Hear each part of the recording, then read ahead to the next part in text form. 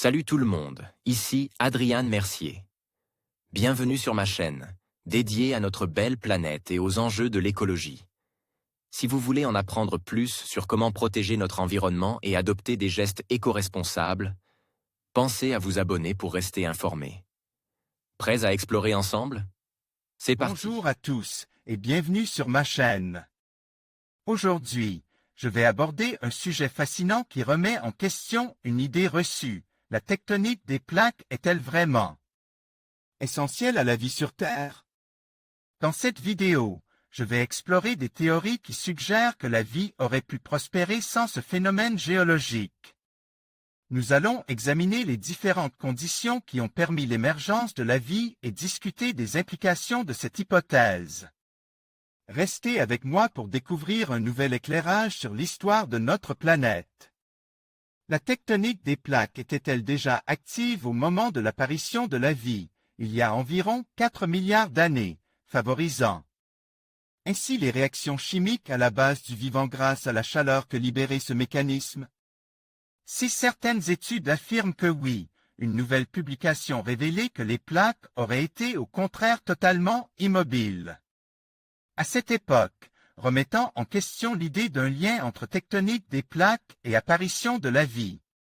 Dans quelles conditions la vie terrestre a-t-elle émergé, voilà environ 4 milliards d'années?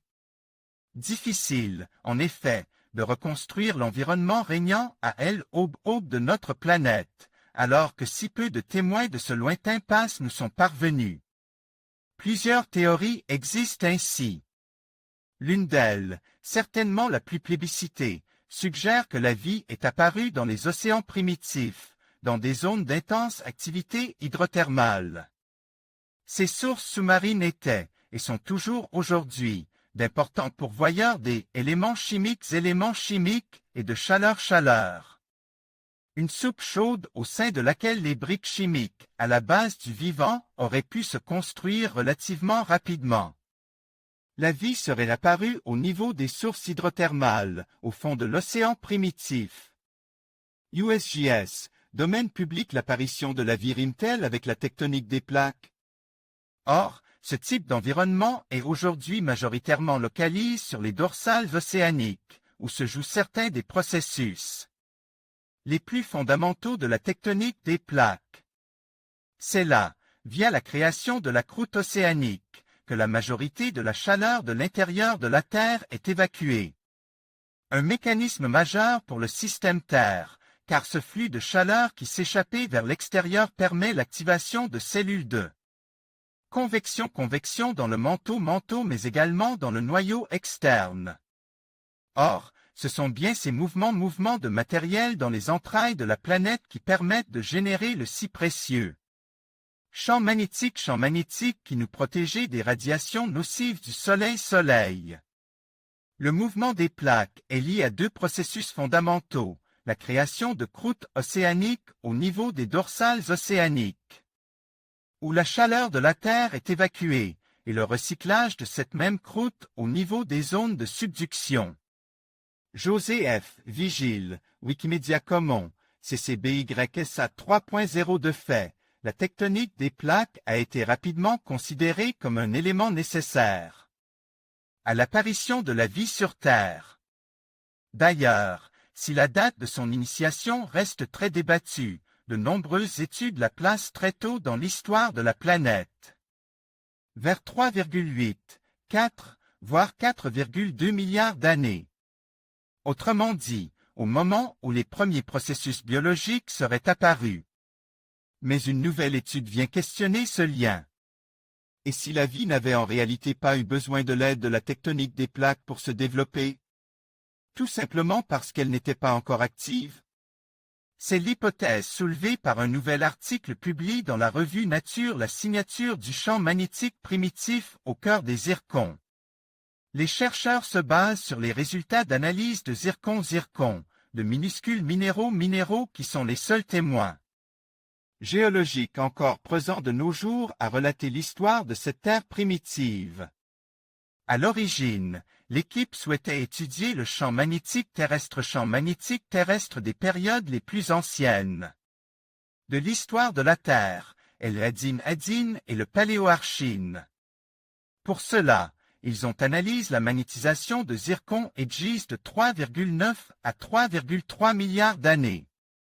Les zircons renferment en effet de petites particules magnétiques qui enregistrent l'orientation du champ magnétique terrestre au moment de leur formation. En datant les zircons, il devient donc possible de reconstruire l'évolution du champ magnétique au cours du temps.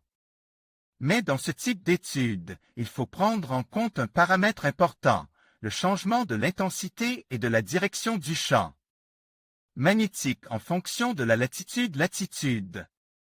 Par exemple, le champ magnétique est le plus fort au pôle alors qu'il est le plus faible à l'équateur. Ainsi, en fonction du mouvement des plaques tectoniques, on peut observer des variations de la signature magnétique des minéraux, sans pour autant que le champ magnétique terrestre ait évolué. C'est d'ailleurs grâce à ce concept que l'on peut reconstruire le paléomouvement des continents. Des plaques immobiles pendant 500 millions d'années. Mais c'est en prenant cela en compte que les chercheurs ont fait une intéressante découverte, les zircons étudiés, provenant du craton.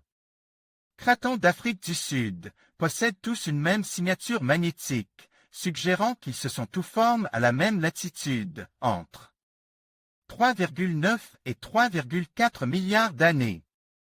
Autrement dit, en 500 millions d'années, la plaque sur laquelle ces minéraux se sont formés n'a pas bougé d'un pouce, en latitude du moins. Les mêmes conclusions sont apparues de l'analyse de zircons provenant de l'Ouest australien. Pour les chercheurs, les choses sont claires, entre 3,9 et 3,4 milliards d'années, les plaques tectoniques, si tant est que l'on puisse parler de plaques dans ce cas étaient immobiles. Une croûte stagnante à l'image de Vénus. Se pose alors la question de la chaleur interne, la tectonique des plaques représentant le processus ultime permettant d'évacuer des importantes quantités de chaleur vers l'extérieur et ainsi de soutenir l'apparition et le développement de la vie. Mais pour les chercheurs, l'absence de mouvement tectonique n'est pas nécessairement un problème. Ils font ainsi appel à une autre idée, celle d'une couverture stagnante. Pas de plaque mouvante donc, mais une croûte immobile parcourue de fractures par lesquelles la chaleur peut s'évacuer, à l'aplomb. De grands panaches de matériel chaud remontant depuis la base du manteau. Un processus capable de produire des continents et que l'on peut aujourd'hui observer à l'œuvre. Sur Vénus. Au moment de l'apparition de la vie, la Terre était peut-être recouverte d'une croûte immobile et non d'un ensemble de plaques tectoniques. En mouvement Alec Brenner, Harvard University car, comme explique dans un précédent article, Vénus ne posséderait pas aujourd'hui de tectonique des plaques au sens où on l'entend sur Terre. Cela ne l'empêchait pas d'être une planète particulièrement active, peut-être à l'image de ce qu'était la Terre il y a 3,9 milliards d'années, lorsque la vie est apparue. Un nouveau schéma qui suppose que dans notre traque des exoplanètes pouvant abriter la vie, il n'est peut-être pas nécessaire de rechercher uniquement celles possédant une tectonique des plaques. En conclusion, bien que la tectonique des plaques joue un rôle crucial dans l'évolution de notre planète, il est fascinant de considérer que la vie sur Terre aurait pu émerger et prospérer même sans ce phénomène géologique. Les conditions favorables, telles que la présence d'eau, la diversité des habitats et les mécanismes d'adaptation des espèces, auraient pu suffire à soutenir la vie. Cette réflexion nous invite à repenser notre compréhension des processus qui ont façonné la biodiversité et à apprécier la résilience de la vie face aux défis environnementaux. Merci de nous avoir accompagnés dans cette exploration des possibles.